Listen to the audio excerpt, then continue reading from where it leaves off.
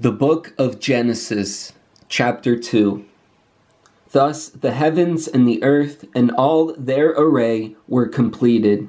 Since on the seventh day God was finished with the work he had been doing, he rested on the seventh day from all the work he had undertaken. So God blessed the seventh day and made it holy, because on it he rested from all the work he had done in creation. Such is the story of the heavens and the earth at their creation.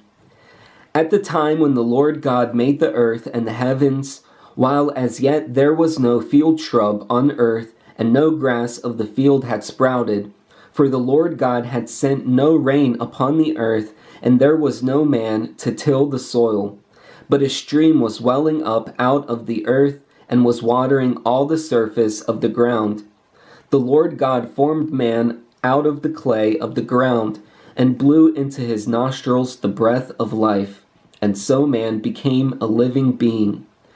Then the Lord God planted a garden in Eden, in the east, and he placed there the man whom he had formed. Out of the ground the Lord God made various trees grow that were delightful to look at, and good for food, with the tree of life in the middle of the garden, and the tree of the knowledge of good and evil. A river rises in Eden to water the garden.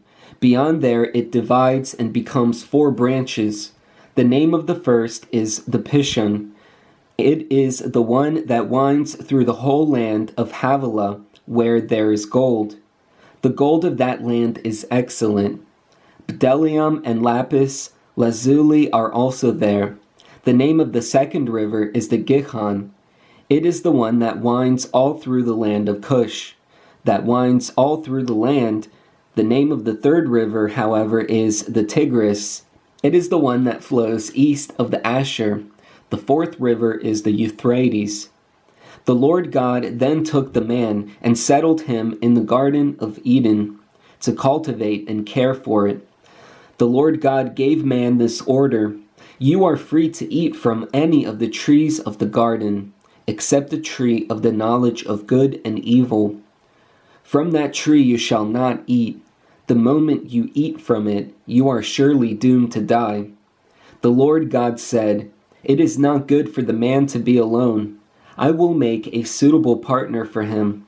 So the Lord God formed out of the ground various wild animals and various birds of the air, and he brought them to the man to see what he would call them. Whatever the man called each of them would be its name. The man gave names to all the cattle, all the birds of the air, and all the wild animals, but none proved to be the suitable partner for the man. So the Lord God cast a deep sleep on the man, and while he was asleep, he took out one of his ribs and closed up its place with flesh. The Lord God then built up into a woman the rib that he had taken from the man. When he brought her to the man said, "This one, at last, is bone of my bones and flesh of my flesh. This one shall be called woman, for out of her man this one has been taken." That is why a man leaves his father and mother and clings to his wife, and the two of them become one body. The man and his wife were both naked, yet they felt no shame.